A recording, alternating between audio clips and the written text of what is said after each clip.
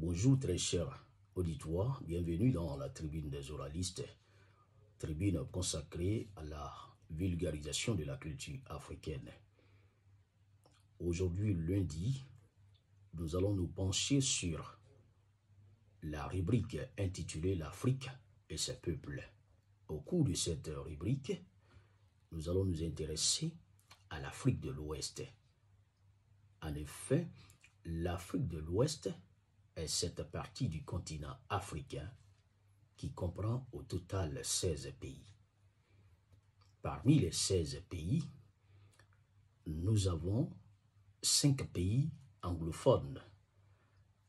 Ces 5 pays sont appelés pays anglophones parce que dans ces pays, la langue officielle est l'anglais. Les 5 pays anglophones de l'Afrique de l'Ouest sont le Nigeria, le Libéria, le Ghana, la Sierra Leone et la Gambie. Toujours en Afrique de l'Ouest, nous avons 8 pays francophones. Bien entendu, ces pays sont appelés pays francophones parce que la langue officielle de ces pays est le français. Les 8 pays francophones de l'Afrique de l'Ouest sont le Mali, le Burkina Faso, la Guinée, la Côte d'Ivoire, le Togo, le Niger, le Bénin et le Sénégal.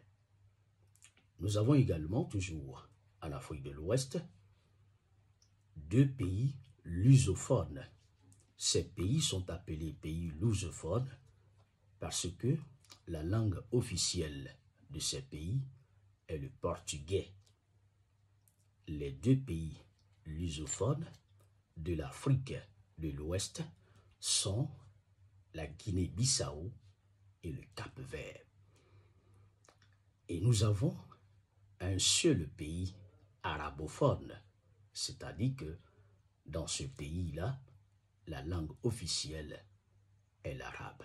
Et ce pays est la Mauritanie. Il est vrai, la Mauritanie fut colonie française de 1920 à 1960, soit une durée de 40 ans de colonisation. Mais aujourd'hui, la langue officielle de la Mauritanie est l'arabe. Nous ne pouvons pas, sur cette base, considérer la Mauritanie comme un pays francophone, parce que la langue officielle de la Mauritanie aujourd'hui est l'arabe, même si des questions tournent autour de l'authenticité de l'arabe qui est parlé en Mauritanie. Force est de reconnaître que la langue officielle de la Mauritanie est l'arabe. En Afrique de l'Ouest, il existe une organisation régionale, une communauté, et cette communauté est la CEDEAO. La CEDEAO est une organisation régionale qui a été créée le 28 mai 1975 à Lagos, au Nigeria. À sa date de création, il y avait 15 pays qui appartenaient à la CEDEAO.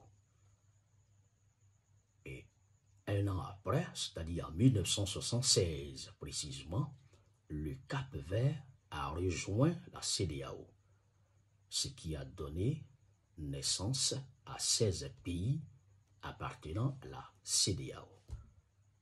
Mais en 2000, la Mauritanie s'est retirée de la CEDEAO pour rejoindre les pays du Maghreb. Et les pays du Maghreb, il y en a 5. Il s'agit bien entendu de l'Algérie, du Maroc, de la Libye, de la Tunisie et de la Mauritanie elle-même. Aujourd'hui encore, nous assistons au retrait de 3 autres pays de la CEDEAO. Il s'agit du Niger, du Burkina Faso et du Mali. Ces 3 pays se sont unis pour mettre sur pied une alliance. Il s'agit bien entendu de l'AES, qui veut dire l'Alliance des États du Sahel. Nous n'allons pas évoquer les raisons de leur retrait. Nous cherchons tout simplement à vous fournir des informations sur l'Afrique. À l'Afrique de l'Ouest, il y a véritablement plusieurs monnaies qui circulent. Nous avons le franc guinéen de la Guinée, nous avons le Cedi du Ghana, nous avons le Naira du Nigeria, nous avons l'Ouguiya de la Mauritanie et nous avons le CFA. Le CFA est la monnaie utilisée par 8 pays. Parmi ces 8 pays, nous avons la Côte d'Ivoire, qui est justement le pays qui nous intéressera aujourd'hui dans notre rubrique intitulée « L'Afrique et ses peuples ». En Côte d'Ivoire, il y a 4 grands groupes ethniques. Mais avant de parler, n'est-ce pas, de ces 4 grands groupes ethniques, il faut situer géographiquement la Côte d'Ivoire.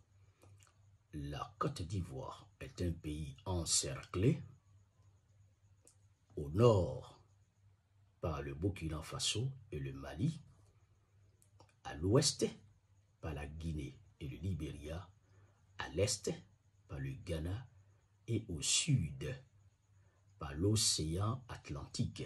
C'est-à-dire qu'au sud, nous avons une façade maritime de l'eau de la mer. Alors, revenons, n'est-ce pas, aux 4 grands groupes ethniques de la Côte d'Ivoire. Il s'agit, n'est-ce pas, du groupe Akan, du groupe Gour, que certains historiens appellent aussi le peuple voltaïque. Nous avons, n'est-ce pas, les Mandés. Au niveau, n'est-ce pas, des Mandés, nous avons les Mandés du nord et les Mandés du sud.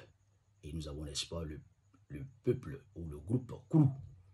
Des 4 grands groupes ethniques, le groupe Akan nous intéressera. Et l'ethnie Akan, sur laquelle nous allons mener notre réflexion, est le peuple Eoutilé. Le peuple Eoutilé est un peuple Akan, mais bien entendu, ce sont des Akans lagunaires, c'est-à-dire que ce sont des peuples qui vivent en bordure de la lagune. En d'autres termes, ce sont des peuples qui sont en contact permanent avec l'eau. Le peuple Eoutilé est situé au sud-est dans le département d'Adiaké en Côte d'Ivoire. Le peuple Eoutilé a une alimentation de base, c'est le poisson. En d'autres termes, le peuple Eoutilé vit de la pêche et de la commercialisation du poisson. Dans la tradition orale Eoutilé, il est mentionné qu'un enfant, un nouveau-né, un enfant qui vient de naître, pour s'assurer que cet enfant appartient véritablement à un homme Eoutilé, pour s'assurer que c'est un fils Eoutilé authentique, cet enfant était immergé, c'est-à-dire qu'on le mettait sous l'eau durant 7 jours. Et au bout du 7e jour, si cet enfant, ce nouveau-né, vivait toujours, cela était la preuve qu'il est véritablement un fils Eoutilé, qu'il appartient véritablement à un homme Eoutilé. Dans le cas contraire, il mourait.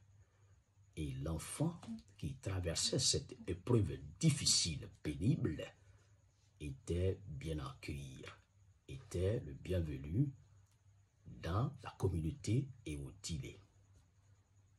chez les Éoutilés, un homme authentique Éoutilé ne pouvait en aucun cas mourir par noyade ou encore périr sur l'eau. On ne pouvait pas entendre et concevoir que l'eau a emporté un Éoutilé, parce que les Éoutilés ont le secret de l'eau. Ils communiquent avec l'eau. Les ancêtres même authentiques Éoutilés sont aquatiques.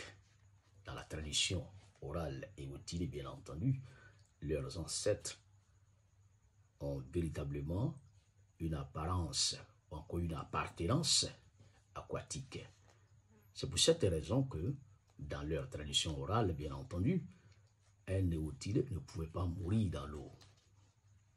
Non.